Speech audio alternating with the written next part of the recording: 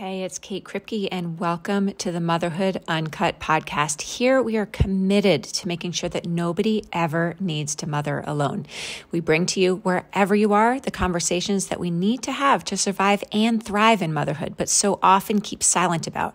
The things that make us laugh, cry, celebrate, rage about, and reflect on. The things that bring tears of sorrow and tears of joy, confusion and wonder, fear and gratitude. We want you to feel good about your mothering and to feel supported along the often clunky adventure of life as a mom.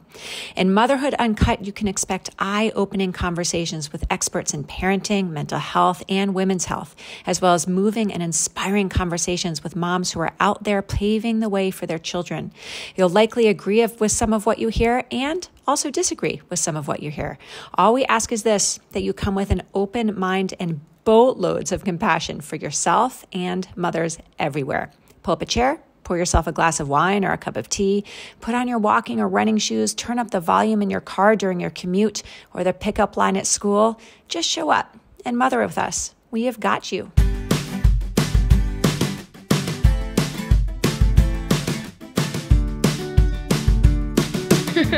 Today on the podcast, I have the privilege of talking with Dr. Nichole Morris, who's both a colleague and a friend. Dr. Morris has dedicated her career as a naturopathic doctor to supporting women who want to become pregnant naturally. And the success rate of her clients is a tribute to her wisdom and expertise. As a doctor, she combines ancient and modern healing modalities from around the globe to strategically target the root cause of one's fertility challenges, and she supports clients in becoming their most vital selves. She's also the mother of 2 beautiful daughters. Today, though, Dr. Morris and I are going to dive underneath it all and talk about her own journey through fertility, challenge, grief, self-advocacy, and ultimate fulfillment. With truth and vulnerability, she opens up about the pain of wanting a baby desperately and struggling to conceive, the loneliness that comes from feeling so alone in this journey, and the exhausting grit and determination that was required for her to find the answers that she needed to finally become pregnant. We dive into the physical, psychological, social, and spiritual journey that she traveled to get to where she is today. Our hope through this episode that is if you or someone you know is challenged with becoming pregnant, or if you also had a fertility journey that was dark and bumpy, you walk away from this conversation knowing that you are not alone, that you are not broken, and that there is support for you. I am so glad you're here today. If you're feeling exhausted, burnt out, overwhelmed, or anxious, I want you to take just a moment and ask yourself a hard but very valuable question. Have you been tending to your own needs? If the answer is no, put your hand on your heart and remember this. Of course you're feeling those things. Because when you're moving through life and mothering from a place of depletion, you will feel exhausted and anxious. That's just how it works. If you aren't feeding your brain with what it needs to stay resilient to stress, you simply won't be resilient to stress. Now, if you're a frequent listener of this podcast, then you know that my positioning on this is clear and fierce. We simply cannot be good moms if we aren't taking care of ourselves first. What do I mean by a good mom? What I'm referring to is your capacity to stay steady and patient, to allow for your child to have their valid emotions and to show up as the mom that feels safe for them to come to when they're struggling. When you are mothering well, you are responding and not reacting. You're setting clear boundaries and holding limits while also remaining curious about what your child is feeling and experiencing. And if you're anything like me, like a human, then you simply can't do those things when you haven't rested and slept, when you aren't eating well, when you aren't hydrated, when you aren't breathing full, deep breaths, when you aren't moving your body in some capacity, when you're not connecting with friends, and when you aren't taking time to recharge. My Aligned Mama Reset 21-Day Wellness Challenge is set up to kickstart new habits that will tend to your brain and well-being in service of your kids so that you can respond rather than react, so that you can be patient, think through challenges and find solutions, and stay connected to your kiddo in the process. And of course, so that you can feel better. This is my easy to access, low cost support option, and it's here for you. The link is in the bio. Motherhood Uncut podcast is sponsored by the One Clock. This is a clock that is actually like one of those clocks that you're going to forever thank. The One Clock is built all on wake science. What is the best way for your nervous system to wake up in the morning? And with the help of researchers, Grammy award-winning musicians, and a whole lot of beautiful style, this One Clock is a sure way to get you back on track towards health and wellness. You can learn more at oneclock.co. Hi, Nichole. Welcome to the Motherhood Uncut podcast. So happy to have you here. Thanks for having me, Kate. I'm so happy to be here with you. Yeah, I'm really excited for this topic and this conversation. We're going to be talking about fertility, fertility challenges, the journey of fertility and fertility challenges into actually becoming a mom. For our listeners, Dr. Nichole Morris is a naturopathic doctor and a doctor who specializes in naturopathic fertility support, which is such an interesting term because I know that a lot of folks who struggle with fertility go to naturopathic doctors, and that niche, naturopathic fertility support. At some point, as we move through a little bit, I want you to help us understand exactly what that means, Nichole. Absolutely, yeah. But I would love to start by hearing more about you and your story. So you've got two kiddos. How old are they now?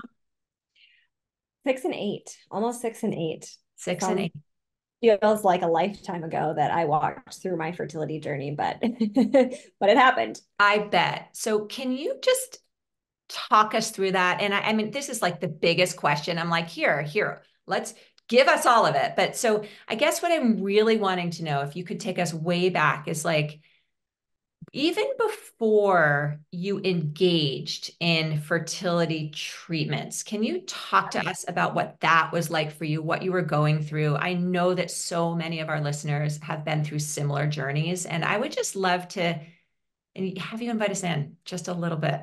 Yeah, absolutely. I'll kind of just start at the beginning if you're okay with that. Yeah, So, that's where we start. okay. So my husband and I were married when I was just a few days shy of 22. So I was super young when we got A married. baby. And yeah, I was a baby. So you wouldn't think at 22 years old you'd have a problem getting pregnant or like difficulty getting pregnant, right? So we started trying probably like pretty soon after, within the first few months, I would say absolutely. And just never got pregnant, and time went on, and I started to think to myself like, okay, this is kind of strange. And remember, this was 2011, so this was before Instagram was really on the map, before, I mean, we obviously like had the internet and Facebook and things like that, but it was before information was so readily available at our fingertips, right? To find everything that you wanted in 10 seconds. So at that point, For better or for worse, right? for better or for worse, yeah. So I, started to head scratch a little bit, went to my OB, and I remember being in there. And I'm a small person. I'm 5 foot and I'm pretty tiny. And I just remember them being like, you have to gain weight. You're not going to get pregnant if you don't gain weight. So start drinking Ensure. And Ensure is nothing but high fructose corn syrup and synthetic nutrients, and nothing anyone should ever drink in any dire situation. So that was pretty much their recommendation. I remember them doing a little bit of blood work. Knowing what I know now, I don't remember going on certain days in my cycle. So I know that they didn't even do it appropriately at the time. And we just kind of went about life. And at some point, they referred me to an IVF clinic. And that was something that my husband and I just had agreed that we were never going to do IUI or IUF for our own like religious, moral reasons, and just our personal beliefs. So I did go there, and we went through the extensive workup, had the ultrasounds, had the HSG when they like look to make sure your fallopian tubes are open, and of course like nothing was wrong. I was given the blanket diagnosis, unexplained infertility. Through the course of all of this, I was doing a lot of CrossFit. I was eating like really strict paleo. So on the outside, I was in the best shape of my life. I was super healthy. I was super disciplined in my exercise and how I ate. But in hindsight, looking back, I barely had enough to keep myself alive, right? I was doing CrossFit 5 days a week and I was eating no grains. Not that you need to eat an enormous amount of carbs or anything, but there was no access, right? And so the whole time that we were trying for this 4 years, we lived in this cute little house that my husband bought when he was 22 before we were married. And there was mold in the attic. And I would always say, like, there's like black stuff on the roof in the attic, and I really think we need to do something about that. And it was above our bedroom. And it was just kind of one of those things where, whatever, it was in the attic. We didn't really know about mold back then, we just kind of brushed it off. And so at some point in the journey, which I'm not really telling the story right now, I'm noticing as like that it was difficult, but it was extremely difficult journey, right? Like it's so lonely and you feel all alone. And I didn't know anyone else going through infertility. And everybody else in my life at that age was having babies, right? All of my friends, my cousins, my sister-in-law, I was starting to have nieces and nephews, and it was brutal, right? I felt so alone. And there was that grief. Like if you've walked this journey, the roller coaster of every month when your period comes, right? And so it was honestly probably the hardest thing that I've ever walked through in my life. And I've walked through a lot of health things in my life, to say the least. And so at one point, my cousin got married and they got pregnant the night of their wedding. And I will never forget, it's right before Thanksgiving. And my dad called me the day of Thanksgiving to give me a heads up because he wanted me to know before I got there. And they told me so that I could be prepared. And that was just like that was like, I was done, right? That was like my rock bottom. Of course, like I'm so happy for them, right? Yeah. You're happy for other people, but you're still grieving yourself, and you can be in both places at one time, right? This is good mental health, you would tell us, Kate. I'm gonna come back to that after your story because I think Yeah. that's such an important part. Yep, go Yeah. ahead. So, anyways, that was just like when I realized, like, wow, like I'm in such a fragile state, at least how it felt at the time, that like other people have to like my dad has to warn me of someone else's joy so that I don't crumble, right? And my whole I can't say my whole life, but like from high school on, I had always desired, like, there has to be a way you can be a doctor and help people and like actually really help people and not just give them drugs. Like, I always desired this thing, right? But I could never find it. And uh, in this moment, I had graduated from undergrad, studied biology and chemistry, had a really good job in sales, was working for another company, got them to pay for my MBA. And I was like 2 months from graduating from my MBA when all of this kind of happened. And I was just Google searching one day and I finally found naturopathic medicine. Like, I don't know why God like kept it from me for so many years, but I finally found it. And I was like, wow, this is it. Like, this is what I want to do. And I told my husband in May, I said, we have to do this. Like, this is what I want to do. We have to move across the country from Michigan to Oregon. Like, we have to do this. And he was kind of like in a stagnant place with what he was doing job wise. And so he was like, okay, let's go. And I applied in May, and by December, we moved across the country. And so, we moved out of that cute little house into this whole new life. I was like completely moved on from the fertility piece. I'm in medical school now, right? There's no time for babies. And 6 months later, I was pregnant, totally spontaneously. We really weren't even trying. And that was that. So looking back all of these years later, I can say like, oh, that and that and that, and identify all of these causes for the quote unquote unexplained infertility that were hidden, if you will, or just conventional medicine didn't know where to look, wouldn't give me the time of day because I was 22, 23, 24 years old. I was too young to have infertility, right? That sort of thing. So we had baby number one, and then we had our second 12 days after I graduated from medical school.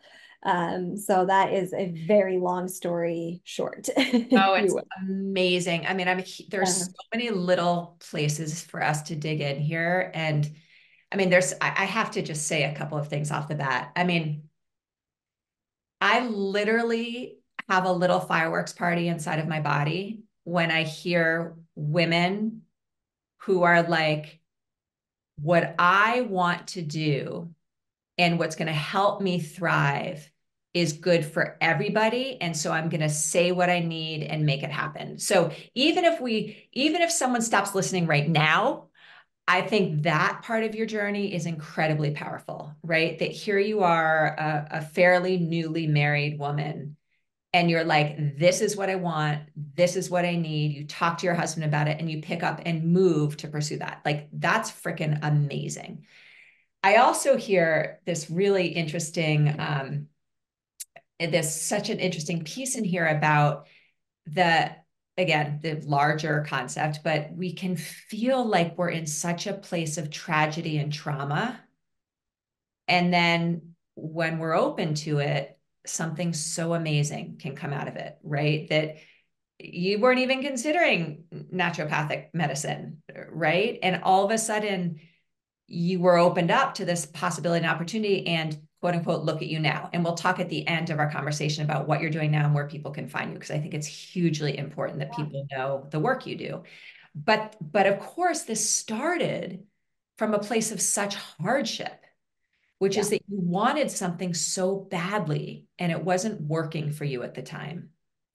So, can you tell us? Because I know that there are people out there who feel this. And to your point, you felt lonely. No one was talking about it. Can you talk to us just a little bit about what that emotional, psychological experience was like for you? Yeah, absolutely. In leaning into that, Kate, based on what you say, I want to share like today in this moment, I am so grateful for that journey because Mm, I know if I would have had babies 2 years sooner, I wouldn't have gone to medical school with a 2-year-old, right? amazing. Yeah. So when we can look back with a Yeah. different set of eyes than when we're living it, we can say like, oh, I can appreciate the journey now and I'm grateful for it, even though it was hell in the trenches, right? Yes. In getting there. So you asked me to speak about Just that, or the like when loneliness. you were trying to become pregnant, you weren't becoming pregnant. Yeah. I would love for you to get as personal as you're willing to right now with us about Yeah. that, because so many people go through that and feel alone, just like you did. And I just want to sort of normalize that for people by you letting us know Yeah. what that experience was like for you. Yeah. There's so much grief in that, right? Because not only as women do we have the emotional roller coaster of starting our period every 28 to 30 days thereabouts, it's like a slap in the face or a reminder every month like you failed again, right? Your body didn't do this again. You let yourself down, you let your husband down, you let down your parents who want to be grandparents, and on and on and on, right? And so like the guilt builds up and you feel broken. Like as a Christian, I believe like God made my body to reproduce and my Mm, body's not doing what God mm, designed it to do. Like, what did I do wrong? Right? Why am I being punished? Sort of thing.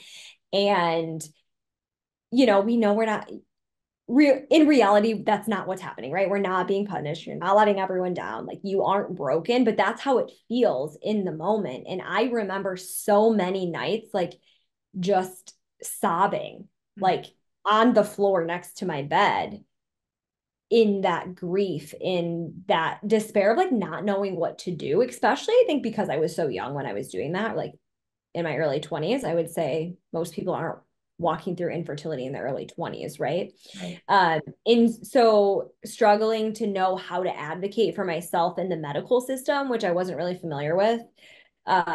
So that was another challenge, and to be taken seriously and to know what I needed to ask for. I didn't have any idea what I needed to ask for, right? And then you're like peeing on the LH strips and you're taping them on a piece of paper and you're like looking at them under the light, trying to see like, is that positive or negative? I don't really know. And then, you're like shoving them in a drawer and saving them for 6 months.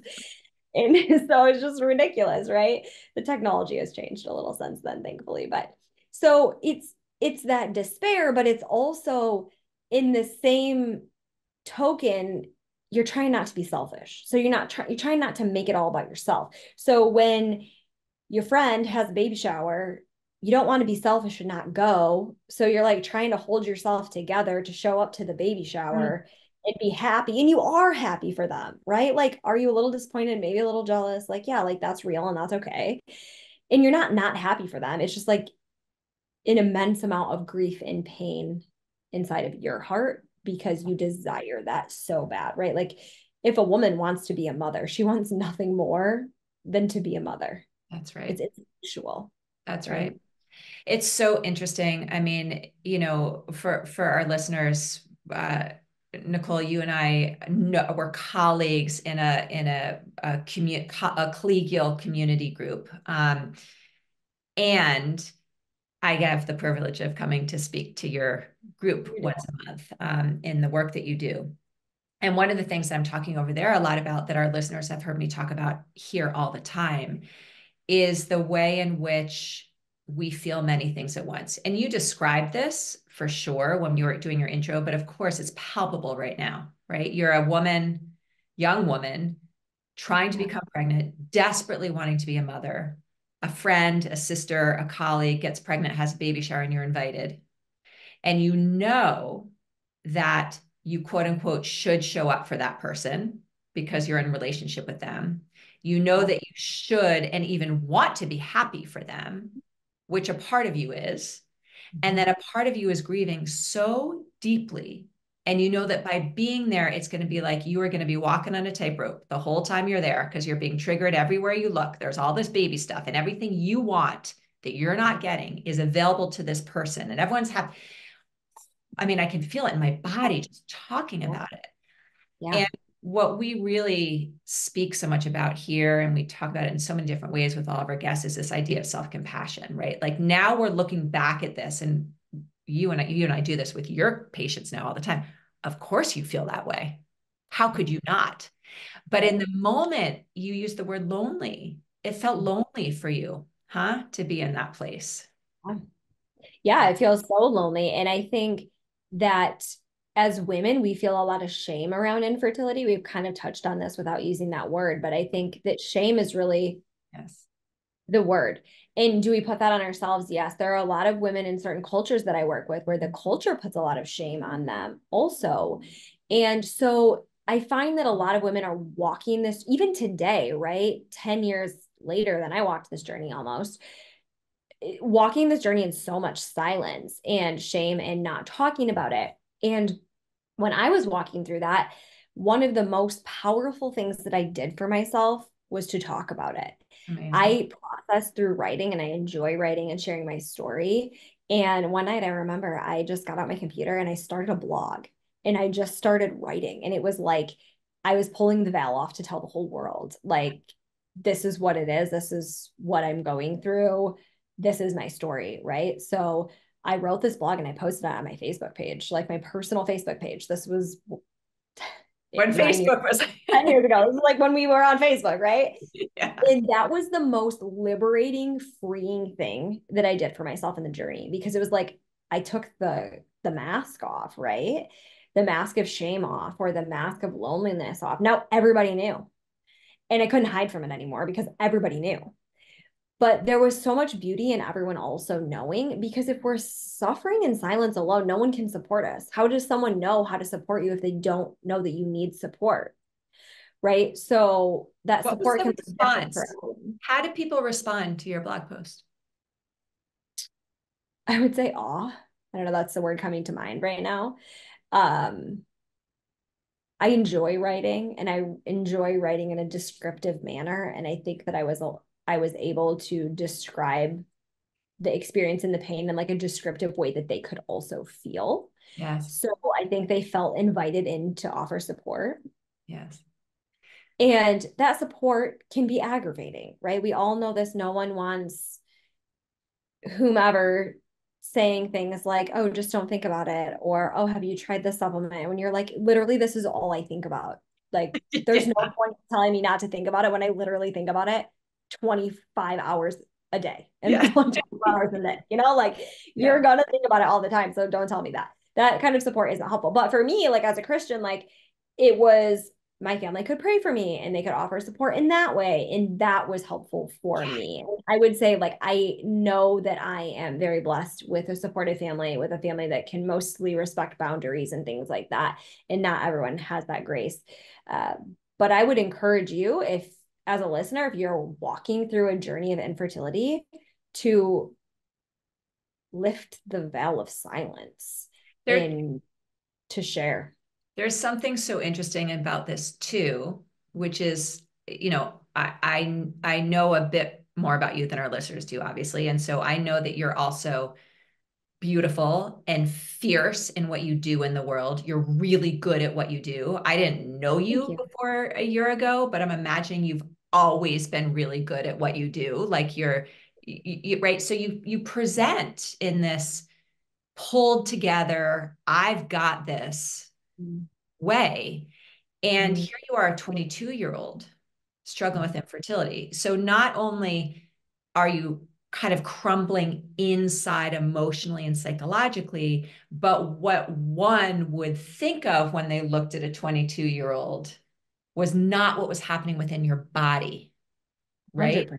So here you are. It's so easy for us as women to present a certain way. And if we're not taking the veil off and we're just like, we need something and we're not going to get it, and no one would know. So it's Yeah. sort of a really, it's palpable.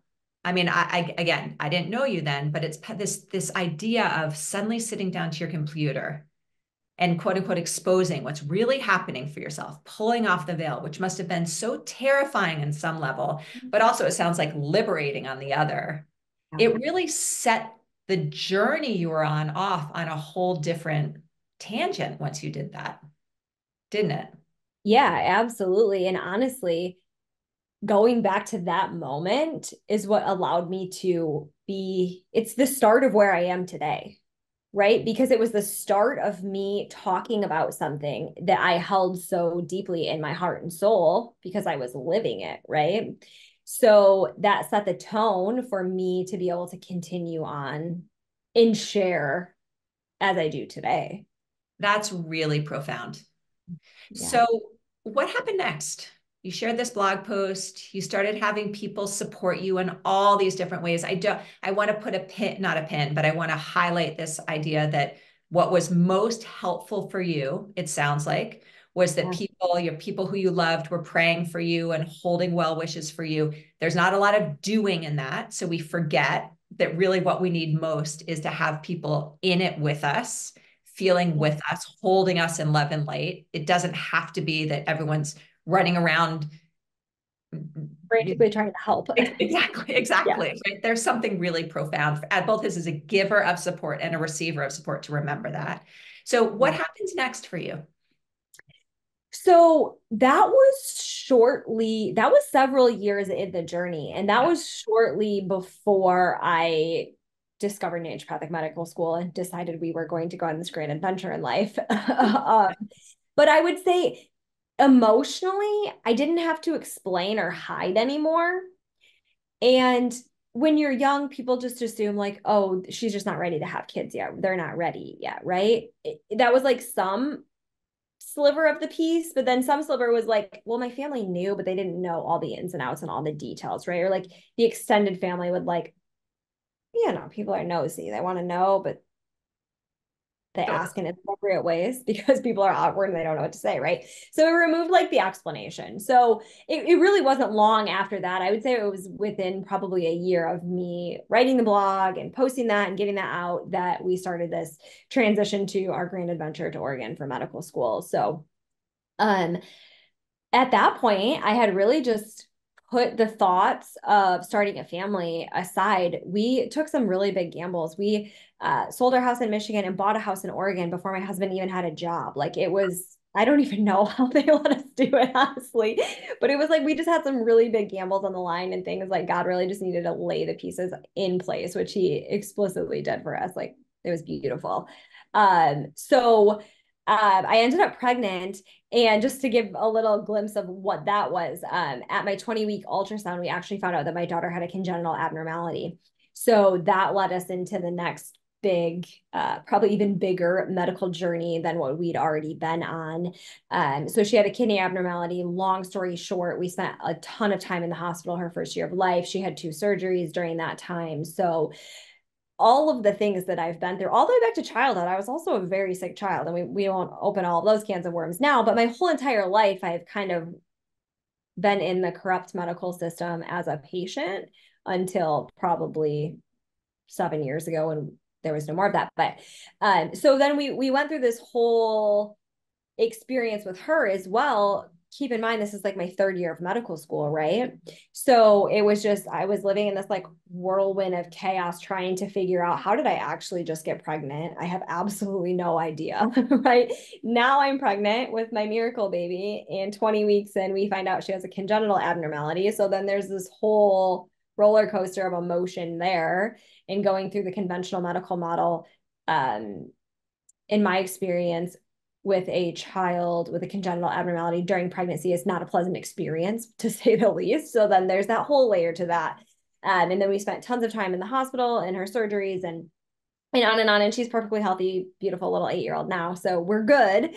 But then shortly after we made through her medical journey, then I was pregnant again for my 4th year of medical school. And like I mentioned, had my second 12 days after we graduated. And then I sat for my licensing exams 4 weeks later. It was literally, I still have PTSD from the get. Like I have had like heart palpitations hearing you Me talk too. about. Me too. Me too. I'm a little sweaty. Every time I go back to thinking, I'm like, oh my gosh, I don't know how we survived, but we did. But you did, but which is And we did also it. an And important we did thing to it. pause on for a moment. Yeah. Isn't that amazing? Isn't Yeah. that amazing how resilient we are? Yeah. Sure. Especially when I mean, this thought keeps coming up to me for me. It's like the question I have, which, I think you're leading us in to know you enough to know the answer, but is what kept you going? So you're talking about grief after grief, like challenge after challenge after challenge, grief after grief after grief, right? Right. There's just all these waves of challenge, even the challenges that come with moving across the country. Like, there's grief leaving one place and going to another. Like Yeah. there's just all this challenge. And clearly you are a very determined human, right? I mean, I think there's so much purpose behind this for you. And we know that when we have enough purpose, we will make those things happen, regardless of the challenge. Sure. But I think a lot of people would have stopped back here. And so the fact that, and we're fast forwarding for a moment, but the fact that now you're here where you are and you're helping hundreds of women become pregnant who are challenged with becoming pregnant. I've met some of them, amazing women. You've got this healthy 8-year-old. You're healthy, you've made it through like the only way to get to that point is to be willing to keep going. But Yeah. how the heck did you keep going? Honestly, I would say like the number one thing is my faith in Yes. just knowing like every piece of the puzzle the Lord has just always put it together, right? So, yes, there's challenge after challenge, but I'm able to look at it and say, like, okay, it's his purpose, it's his plan. I don't know the answer, but I know I will soon. And just having faith in that unknown and his divine plan for not just my life, but mine and my husband together. And we've just had so many experiences in life where it's like, okay, if God wants this, it's going to work out. If he doesn't, it doesn't. And the pieces always fall to that I can get to the end and say, that was beautiful. It worked out just the way that it was supposed to, or God always works it out. Right.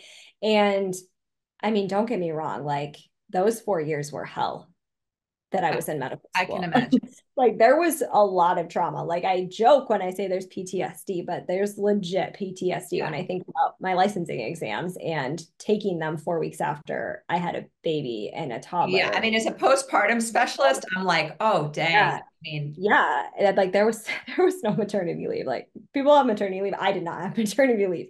I think everyone should have a lot of maternity leave, but that just wasn't my personal experience with where I was in life. So like that's another grief. Like I think about that sometimes and that I literally did not, I never had a maternity leave. When I had my first, I had her on a Thursday and I was back sitting in a classroom on Monday taking exams. Like I'm not sharing that for pity, but like that was my real life, right? yes. So it was also this determination of like, I don't quit. So I started, so I'm not going to quit, even though I got pregnant 6 months later because God brought me across the country for a reason, right? And even looking back on all of my daughter's experiences, I'm such a better practitioner today because I spent a year in the hospital with her, right? And I can better serve other mothers. I actually just got off a call with another mom whose son has the same diagnosis as my daughter. She found me on Instagram from me sharing about her. So I wouldn't be able to support her or other parents in advocating for their children at the capacity that I do if I didn't have to advocate for my own children in that capacity. It's Right. really So every profound. journey, yeah, I, and every journey gets us like there's a reason I went through everything. And part of the reason is yes, it makes me a better mom, but I'm also a better practitioner for all of the people that I totally. serve. I think I want to just also reflect this idea of faith, right? And our listeners come from all different faith Sure. backgrounds. We probably have plenty of people who are atheists and don't believe in Sure. God, as well as people who are Christians or Buddhist or Jewish or whatever. But Sure. here's what we know is that when we can connect with something bigger than ourselves, and when we can open up to the possibility that we're going to be okay, Yeah. we have the energy to move through hard things. If we don't, if we're not open to that possibility, there's no way we can keep moving, right? So I don't care if someone calls it God or Mother Earth or nature or spirit or any whole point is that we need to understand, have some even just a little part of us open to the possibility that there is purpose or meaning behind this thing that we're going through. That's really hard to do when we're in the middle of it. And I do think people who have a religious faith or a spiritual practice will have an easier time with that because that concept can be like, make no Yeah. sense if we don't have that. The other thing that I think you talked about that I'm sure was part of this, and my like postpartum mental health provider heart is like, oh gosh, that mom, like that is you also you had your faith, you had your purpose, you had your kind of higher level of support, and then you had reached out and told people that you had been going, so you also had the support and love of people in your community that helped you during that time. Is that an accurate statement? Absolutely. I want to touch on what you said really quickly about the Yeah, faith. I yeah, think that it's really important to remember that we become what we believe. It yeah. starts in our mind, right? If you are in this state of despair and depression and just really tell yourself all day over and over again that your life is over, like, okay, it is, like you're manifesting that, right? If you continue to remind yourself, like, I can do this one day at a time. I always think of it as like you get your syllabus at the beginning of every semester and you look at it and you're like, there's no possible way I'm going to get all this done in the next 12 weeks. And you do, you get it done. You go one day at a time, one assignment at a time, you get it done, right? It's the same thing. We can apply that same concept of just your thoughts start in your mind. You become what you think. Um, and then to directly answer your question, about the community. Yes, I am very blessed to have a very supportive community. I had very supportive colleagues in medical school that were so incredibly helpful to me. And I also have so much support from our family. So my mom came for a month after my babies were born. My mother-in-law came for several weeks. I understand that not everyone has that, but we are very blessed to have a very supportive family that went above and beyond to help us during that time. And that made a really big difference too. Yeah, I mean, I think what I hear you saying, just so our listeners aren't spiraling off, and is that you can't do what you did without support. Like you were 100. blessed to have the support in your family, and there's no way to continue doing those things you were doing without support. We need to make 100%. sure we have support to do that. Okay, Absolutely. so man, so you take this exam, you've got these little babies. As we wrap up here, because we're going to begin to come to a Sure, close, yeah. I'm wondering if you could share with us a little bit about. So I guess it's going to be hard for you not to take your doctor hat off here because I'm going to ask for the doc. But for you as a woman and mother who went through this fertility journey, you've taken us beautifully through the grief, through the hope, through the ultimate grief again when your baby's got this congenital um, kidney. Is that what you said? Yeah. Yeah. Kidney. And then, you're moving through all of this stuff. What was important for you to know about, or did you learn about yourself in that process? Because I want to ask you a little bit about what you learned about what was quote unquote causing your infertility. I think that might be helpful for some people to know. But Yeah. I first want to know, like, inside of you, as you look back, what did you learn Mm, about yourself through all of that? we can do real hard things. Oh, And I tell my kids that every day. I say, you're mama's girl and you can do hard things. We do hard things. I would say that is probably the biggest thing. And for me also, just my faith grew so much during that period of time. I think that also comes with aging and maturing also. But walking through those hard times, there was there was my only place to lean, essentially, right? Is on the Lord and my faith beliefs there. So that I would say deepened as well. And I think another thing is that I'm not broken. And for anyone listening that's walking through this journey, you're not broken either. Everything isn't meant to happen when we want it, right? There's a lot we want right now, but there's a reason that sometimes that we don't get what we want when we want it. And that's okay. And we're going to be stronger and better in the end when it happens in the right timing, I would say. Wow. So important. All of that is so important. I mean, all of it. That idea of you realizing that you weren't broken. I think that there is a way, it would be hard to not feel broken when you're going through a journey like that. And of course, from a mental health perspective, we know that what needs to be addressed when we're struggling with things like depression and anxiety is that belief. I mean, it comes to your physical body, which is just your expertise, but when we believe that we're broken and there's something inherently wrong with us, it's real hard to get what we want mentally and emotionally and psychologically. So what did, in a nutshell, obviously we could talk for another hour about this, but in a Yeah. nutshell, what did you learn had been causing your infertility? Or I don't Yeah. know, do you call it that at this point? Do you still call it that it was infertility? What do you call I it? mean, technically it would be subfertility, and I like that word more. Infertility means like you literally cannot Okay. and will never get pregnant. Subfertility is like our fertility just needs some support. Yes. But infertility is the commonly used term. So, like I mentioned in the beginning, like I was working out a lot and I was eating really strict paleo. I had like zero body fat essentially. So when you're overworking out and not necessarily under eating, but under eating maybe from a calorie standpoint, your body is just in survival mode and your body is saying, I've got enough for me. I don't have enough to grow another human. So we're just going to have to wait on that, right? So there's that piece. The mold that I mentioned, I think that that had a lot to do with it, honestly, especially since I was pregnant 6 months after moving out of that house. So I think that that had a lot to do with it. And I would say, like the women that I work with, a lot of them experience mold toxicity as well. So those I think are the biggest pieces for me. And when I moved, I started med school, obviously, so I stopped doing CrossFit so much. I also moved to Portland, Oregon, and that was in 2014. And so I was coming from rural Michigan where I'd been eating gluten-free and dairy-free, but there weren't as many options of like good things. But then I moved to Portland in 2014 when it was like the hopping place to be, the food scene, right? And there's tons of gluten-free and dairy-free, like everything. So then I was just like eating all of the gluten and dairy-free treats I could find because it'd been years since I had access to things like that. So I think that that made a big difference too.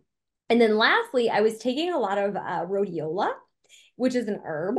And I started taking rhodiola because my academic counselor at the time said it's good for your brain and you are going to need good memory and blah, blah, blah. Well, come to find out it's good for your hormones too and your adrenals and other things. So I think the rhodiola, not saying everyone listening should go and get themselves a bottle of rhodiola. You Yes, should that's talk to your what, just so practitioner. you know, that's what I'm thinking right now. I'm like, I think my brain needs some rhodiola. Yeah. So I was taking a lot of rhodiola when I got pregnant now too. And now I know how that influences hormones and things like that. So that might have something to do with it as well. Oh, wow. Yeah. Amazing. So naturopathic medicine focuses on what? For our listeners that have never heard that term before, or they like really have heard it, but they don't really know, like, what is it? Yeah. So what uh, special, uh, your specialty is home naturopathic fertility support. Like, tell us what that even means. Yeah, absolutely. So naturopathic doctors, we go to 4-year medical school, just like your conventional MD or DO. We learn all the conventional modalities, pharmaceuticals, all the things.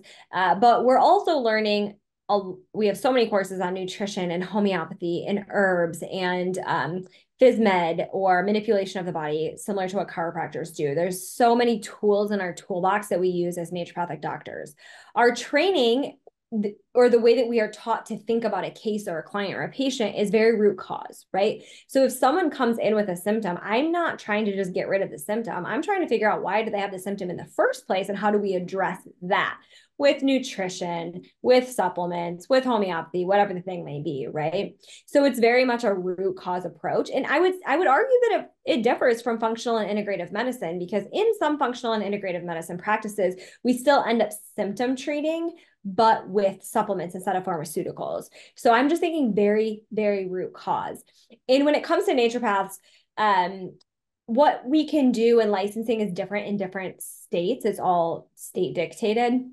And we learn so many modalities that with naturopaths, you don't really know what you're going to get until you're with one, because you don't know, like, this might be a naturopath who does chiropractic type manipulation and that's their thing. And this might be a naturopath over here that does herbs, and they have done extra study in botanicals and herbs. So I really encourage people to interview their practitioners before they work with them to make sure that they're a good fit and they're in alignment. And when I say that I do naturopathic fertility support, we're trained as PCPs, or primary care physicians. So again, we all go on to have different specialties. So in my practice now, I focus entirely on supporting couples struggling with infertility that want to get pregnant without IUI, without IVF. And I really honestly work with the hardest cases, people that have been trying for 8-10 years, who've had 22 rounds of IUI, who've been told they need an egg donor, who've been told that their thyroid should be radiated and removed from their body. And we successfully help these women to conceive naturally. It's not usually a 6-week process, right? This is a long journey of healing the body, but it can be done. Our bodies as women are made to reproduce, right? And I think that there are very few situations where our bodies don't actually have that capability. I think another thing to consider too, when we're talking about IUI and IVF and what that looks like, especially with IVF, not to demonize it, but it's forcing pregnancy in a body that's not wanting to be pregnant. So when we're forcing the body to do something that it's not ready for, it doesn't align with God's design or nature, right? Like, that doesn't happen to animals, right? There's no, I guess actually on farms, maybe it does, but in the wild, right? And so I think that we really have to think through that. And so if you are out there and you are listening and you are struggling with fertility and you're being told IVF is the only answer, I would really encourage you to consider, is that really true? Is there a root cause that needs to be addressed? Because if we don't address that root cause before pregnancy, I also see women 10, 15 years later who still have all of those same hormonal issues or adrenal issues or thyroid issues. They're just worse because we had maybe multiple pregnancies along the way, stress of raising babies, that sort of thing. So I just really encourage anyone listening to remember, like, just keep looking for the root cause and find someone who can support you in evaluating and determining the root cause and correcting that. So powerful. I mean, you're in many ways you're talking about congruence, right? We need to have our body and what's going to happen next in our life be congruent. If it's not congruent, we're going to continue to have challenges physically, mentally, psychologically, whatnot. So, Nichole, we will put all this in the show notes, but if someone's listening and they're like, I really want to learn more about what it would be like to work with this doctor, where can they find you? What would that process look like for them? Yeah, absolutely. So you can always find me on Instagram. My tag is dr.Nichole Morris. Nichole has an H in it, so it's a little tricky, but dr.Nichole Show Morris. notes. Yeah. Yeah, there you go. You can also book a call with us on chatdrmorris.com, chatdrmorris.com. That's a good place to reach us. Morris Natural Health is my main website. And then I also own a supplement company, shopdrmorris.com, with very high quality supplements that are all research backed, third party tested, made right here in the United States. So we have prenatal and a slew of other supplements to support the fertility process as well, that people could look into. Amazing. Do you have if there is sort of a listener out there who is in the midst of something like this, somewhere along that journey, are there any final thoughts or maybe someone knows someone who's going through it, right? Because that someone listening might be part of someone's support system. Like, we never know. Yeah, any absolutely. habits said that you think would be important for either that woman, that mom, or that support person to know that would be helpful? I think for the woman going through that is it's not your fault. You're not broken. It takes two to tango. I say that over and over again, right?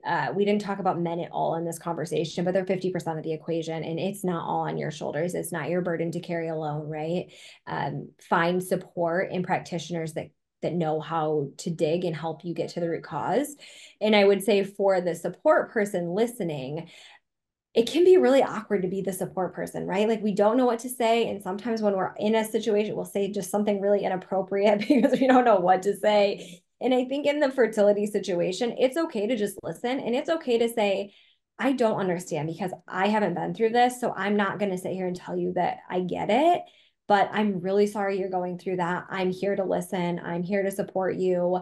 I will go to doctor's appointments with you if that would be helpful for you. If you never want to talk about it ever again, I'm never going to ask you about it ever again. If you want me to, I will, right? You don't have to have the answers. You don't have to have the solution as the support person. Just be there and let them know you're thinking about them, you're praying for them. You don't have to give them the solution. They don't want you to give them the solution. Oh, it's so good. Nichole, thank you so. I actually really, I mean, I have enjoyed talking with you since that first day in the pool in Arizona. Yeah, We connected yeah. last year. Absolutely. Yeah. And I just have really loved and appreciate being let into this side of you, not just the part that sort of is buttoned up and has it all together and whom I admire so much at this phase Oh, of thanks, your Dave. practice. But I Yeah. just am grateful that you've shared sort of your heart and your experience today for me. I feel like I know you better. So thank you. Yeah, well, I appreciate that, Kate, and I appreciate you having me here to share with all of your listeners. And I appreciate the way that you love on and support the women in our program that we work with. Amazing. Thank you, Nichole. I Thank know you you. need to pop, so I'm just going to let you Okay. go and All I'll right. follow up with an email and all of that stuff. Okay. But thank All you, thank right. you, thank you for Thank your you. No, I really appreciate you having me in this conversation. awesome. Bye. Okay. Bye. Hey, if you loved this episode and enjoy this podcast, please just take a moment to subscribe, rate, and review, and send it to one mom out there who you think might benefit. When you do that, you help to make sure that no woman out there ever feels like they have to mother alone. Thank you.